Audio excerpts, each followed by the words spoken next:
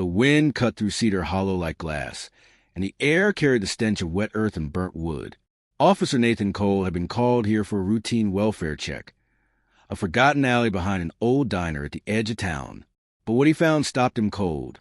Ranger, his retired K-9 partner, sitting rigid beside a small, shivering boy wrapped in tattered blankets. The dog's eyes burned with an intensity Nathan had never seen. Something in the boy's gaze was pleading, and something in Ranger's posture was warning. If you appreciate stories like this, please like and subscribe. Your support keeps real stories alive. The sky over Cedar Hollow was bruised steel, low clouds pressing down as if the town itself was holding its breath. Nathan Cole's boots crunched along the gravel path behind the old diner, each step echoing faintly in the night. His breath came in short, ragged bursts, visible in the bitter October air. He kept his coat zipped to the chin, but the cold seeped through anyway. It had been a quiet night until the call came. Just another welfare check, they'd said. A passerby had spotted movement in an alley behind the diner. Nothing urgent, nothing flagged as dangerous. But something in the way the dispatcher said, "Check it out," lingered in Nathan's mind. He stepped into the alley, flashlight cutting through the gloom. Rusted trash bins leaned against cracked brick walls. Puddles reflected pale yellow light from a distant street lamp. And then he saw him, Ranger, his retired K-9 partner. Nathan froze. Ranger wasn't supposed to be here. Not for years. Ranger had been retired after a knee injury, and Nathan had taken him home. He'd been living quietly on Nathan's property, chasing squirrels and sleeping by the hearth. Yet there he was, sitting upright in the alley, rigid as stone, staring at something Nathan couldn't see. Beside him, curled into himself beneath a thin blanket, was a boy, no more than 8 or 9. His cheeks were pale, skin chapped from the cold, clothes threadbare. The blanket barely covered him. The boy shivered so violently Nathan could hear in the silence. Ranger's eyes never left the boy, and his low growl was almost silent, more like a warning whisper. Nathan's voice broke the air. "Ranger?" His words sounded strange, unsure. Ranger flicked his head toward him but didn't move. His growl deepened. Nathan stepped closer. "Hey, boy." His tone softened. "Are you okay?" The boy flinched at the sound of his voice, pulling the blanket tighter. His eyes were wide and unblinking, dark, haunted. Nathan glanced down the alley. No one else. No sign of trouble. But the air felt wrong. Ranger's posture confirmed it. The dog wasn't relaxed, wasn't guarding out of comfort. He was guarding because something here was dangerous. Keep away," the boy whispered, his voice cracking. Nathan crouched, keeping his hands visible. "I'm not here to hurt you. I just want to help." Ranger's ears twitched. His growl shifted into a low rumble deep in his chest. Nathan reached for his radio, but the boy's voice cut him off. "Please, don't call them. They'll find me." Nathan froze. "Who?" The boy's lips trembled. They'll take me. They can't know I'm here." Nathan glanced toward Ranger again. The dog's eyes glistened under the beam of his flashlight. The instinct was there, something primal, protective. Nathan had worked with Ranger long enough to know the dog's instincts rarely lied. The diner's neon sign buzzed faintly in the distance. Somewhere behind them, the wind groaned through the alleys. Nathan heard a sound he couldn't place, faint footsteps, like someone dragging something heavy. He turned sharply. The alley was empty. But Ranger stiffened even more, a low growl turning into a quiet bark. Nathan pulled his jacket tighter and looked at the boy. "What's your name?" The boy shook his head. His fingers clenched the blanket tightly. "Don't want to tell." Nathan sighed softly. "All right, but you need somewhere warm. You can't stay here all night." Ranger let out a single bark, low and tense. The boy's eyes snapped toward the sound, filled with fear. "They'll—" he began, but Nathan interrupted. "Listen, I'm not letting anything happen to you. Not tonight." The boy looked away, whispering something Nathan didn't catch. Ranger's body tensed like a coiled spring. The faint sound of footsteps was back, closer this time. Nathan drew his flashlight and radio, scanning the alley. Nothing. Then he felt it. That old gut feeling from years on the force, the kind that told him danger was closing in. Ranger stepped in front of the boy, teeth bared. Nathan's heart pounded. From the darkness beyond the alley came a slow, deliberate sound. Boots crunching gravel. A shadow emerged, tall and broad. Nathan couldn't make out a face under the hood of the coat, but the figure moved with purpose. "Step away," Nathan said, his voice firm. Ranger growled louder, moving even closer to the boy. The figure stopped. The air between them stretched taut. The boy whimpered. Nathan could feel the tension like static. The figure stepped forward. "Nathan Cole." The voice was calm, almost too calm. Nathan's breath caught. "Who are you?" The figure pulled back the hood. The face was familiar. Someone Nathan had trusted once. A partner, a brother in arms. But the years had changed him. His eyes were cold. His mouth set in a hard line.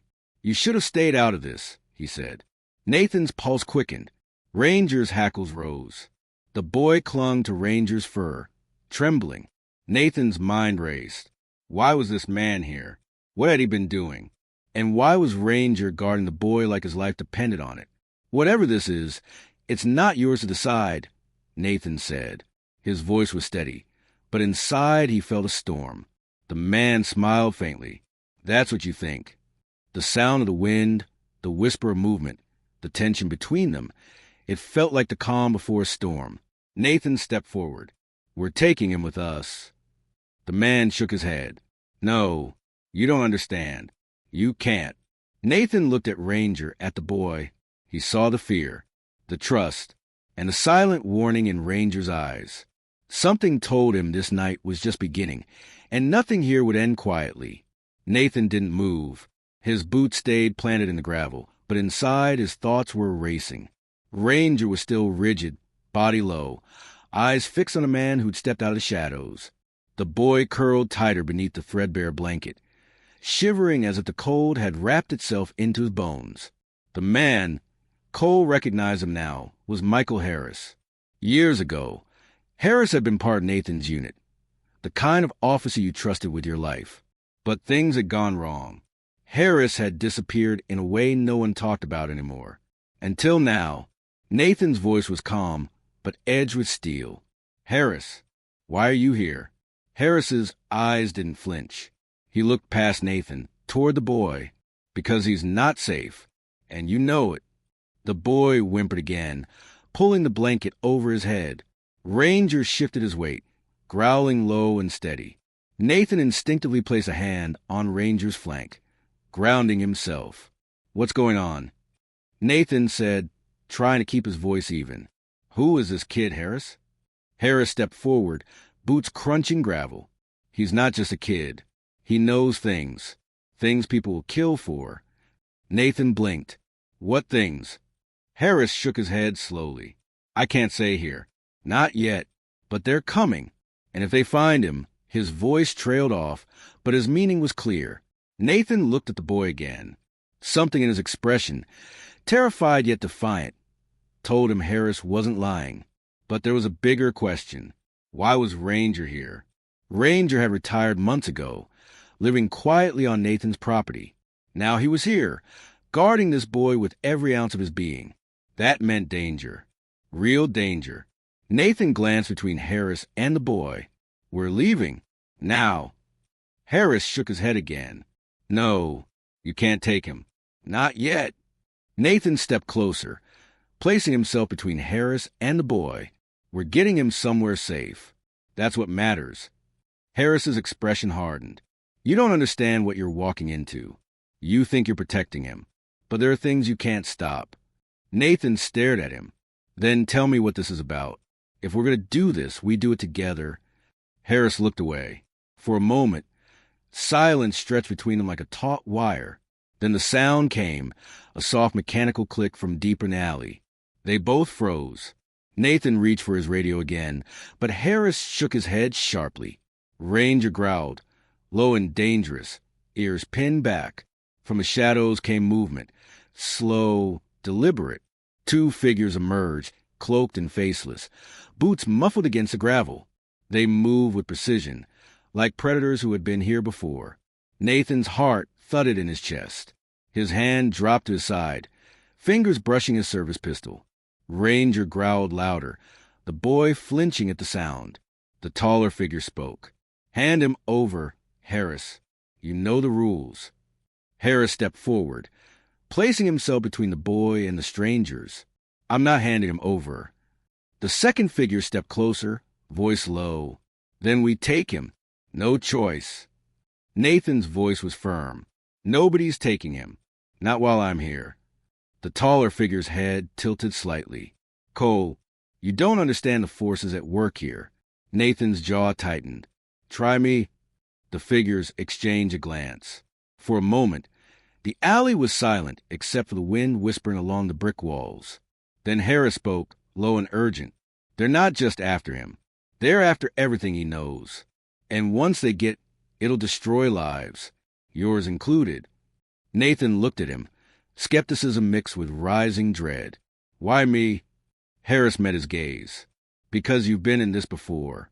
You know what it means to protect something worth dying for."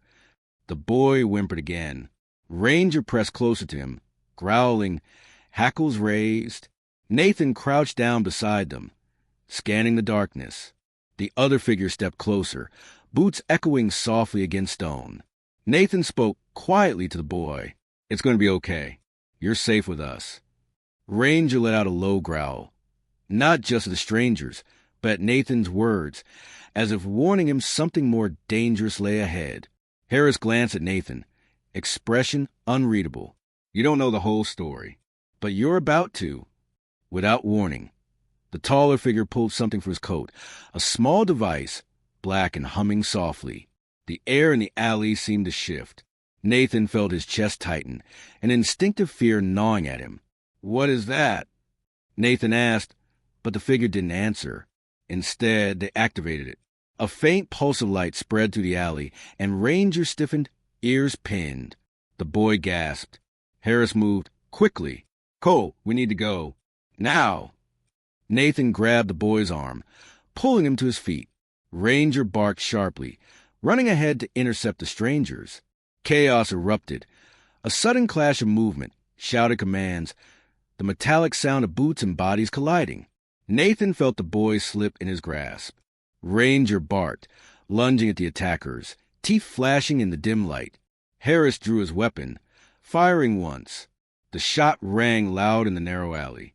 The strangers faltered, then melted back into the shadows, dragging the device with them. Silence followed. Only Ranger's growl remained, low and steady. Nathan pulled the boy close, feeling his teeth chatter against his ribs. "You're okay," Nathan said more to himself than to the boy. The boy looked up at him, eyes wide. "They'll come back." Nathan's heart sank. Harris stepped forward, breathing hard. "They always do." Nathan looked around the alley, at the shadows that seemed to pulse with danger. He realized then this wasn't a simple welfare check. This was the opening chapter of something far larger, something that had already taken root in Cedar Hollow. The boy clung to Ranger's fur, the dog's body pressed like a shield between him and the darkness. Nathan could feel the weight of responsibility pressing down on him. Somewhere in the cold night, something was watching, waiting, and they weren't done yet. The wind in Cedar Hollow had turned colder by dawn. Mist clung to the streets like a living thing, curling around street lamps and settling over broken pavement. Nathan moved fast, Ranger at his side, dragging the boy behind him. Harris trailed a few steps behind, silent, shoulders hunched like a man carrying more weight than his own body. They found themselves in a run-down barn on the outskirts of town, a place Nathan had once used during an old investigation. The wood was warped and splintered, but it offered shelter. The smell of hay mixed with dampness. Light streamed through cracks in the walls, painting thin beams onto the dust. Nathan set the boy down gently. Ranger stayed close, shifting between guarding and comforting. The boy looked exhausted, not just physically, but in a way that made Nathan's chest tighten. Harris closed the barn door, sliding a wooden bar into place. He turned to Nathan. "We don't have much time. They'll be back soon." Nathan studied him. "Explain everything. Now." Harris ran his fingers through his hair, jaw tight. You remember Operation Haven? Years ago. Nathan nodded, though the memory was murky. It had been classified, buried under layers of bureaucracy. Harris had been involved. So had Nathan, but the details were suppressed. They were experimenting, Harris said quietly. Not just with weapons, with information. They found a way to extract memories. From anyone. And this boy, he's been through it. Nathan frowned. Memories? What do you mean? He remembers things he shouldn't. Things nobody should. Things people will kill for. Harris's voice was low, almost a whisper. Names, locations, secrets, all locked inside his mind. The boy flinched at Harris's words, tightening his grip on Ranger's fur. Nathan looked at him, guilt twisting inside his chest. He had the urge to pull the blanket closer over the boy, to protect him from whatever truth this was. The silence between them was broken by a sound outside, soft but deliberate. Footsteps. Nathan moved toward the door, weapon drawn. Harris put a hand on his shoulder. Wait, they know we're here. Ranger growled low, ears pinned back. The boy whimpered. Nathan crouched beside him. Who are they? They're not just cops, Harris said quietly. They're hunters. People who will stop at nothing to take what's inside him, and they won't care who gets hurt. Nathan's mind spun. So this whole alley thing, it wasn't random. Ranger was guarding him for a reason. Harris nodded. Exactly. He's instinctively protecting him. Something about that boy triggers it. Something deep. Nathan looked at Ranger, who stared back at him with unwavering loyalty. Nathan realizing that the dog was more than just a retired canine. Ranger had chosen. The barn door creaked under pressure. Shadows pulled against the walls. Nathan motioned for silence, pressing his back against the wood. Harris moved toward the boy, crouching low. Listen, kid, we need to get you somewhere safe. But they're coming for you. The boy's eyes filled with tears. I don't want to go. I just want them to leave me alone. Nathan placed a steady hand on his shoulder. We will, but you have to trust us. A sudden noise outside, like a crow cawing, broke the moment. Nathan glanced toward the door, weapon ready. Harris's voice was sharp. It's now or never. They moved together, out into the mist. Ranger led the way, moving with deliberate caution. They made only a few yards before the air changed. A sharp click, mechanical, and the ground seemed to hum. Harris froze. They found us, he said quietly. From the shadows stepped not two, but 5 figures.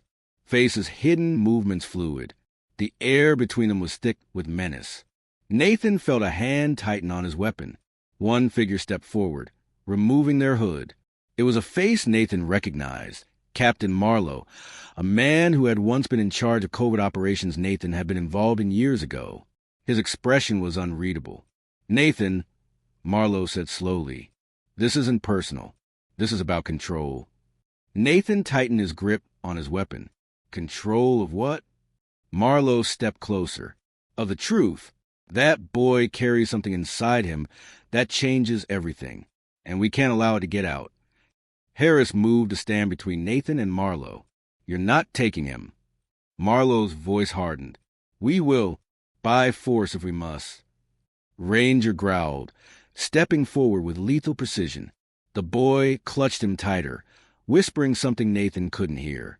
Suddenly, Harris fired. The sound cracked the air and chaos erupted. Nathan's world narrowed to the sound of gunfire, the pounding of boots, Ranger barking fiercely. Nathan shoved the boy behind him, shielding him from the chaos. Harris moved with calculated precision, covering their retreat. Ranger tore toward Marlowe, teeth flashing. Nathan could hear the boy crying softly behind him, but there was no time to stop. They broke into the fog beyond the barn. Harris grabbed Nathan's arm. Through the woods. Now!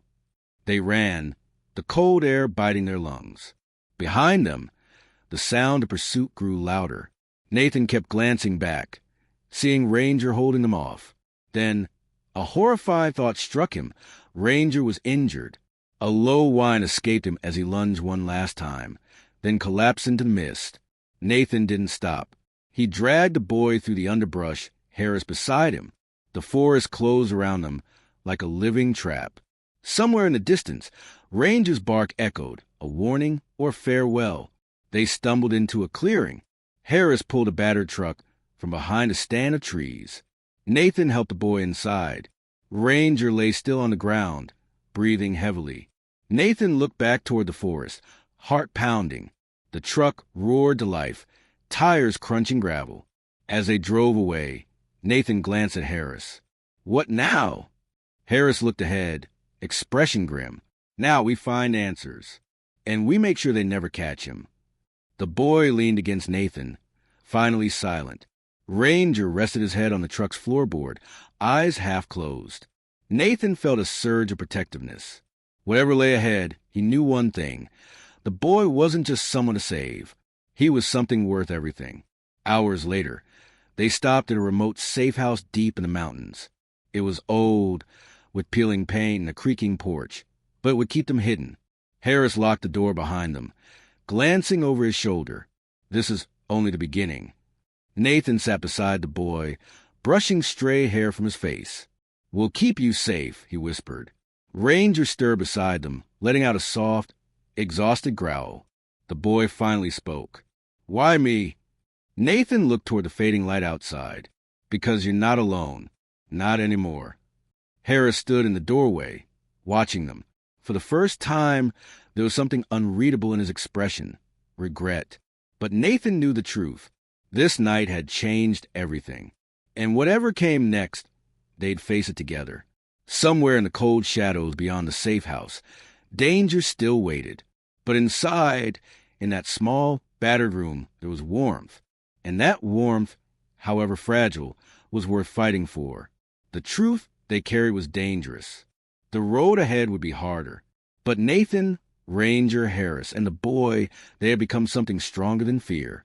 They had become a promise. And promises were meant to be kept.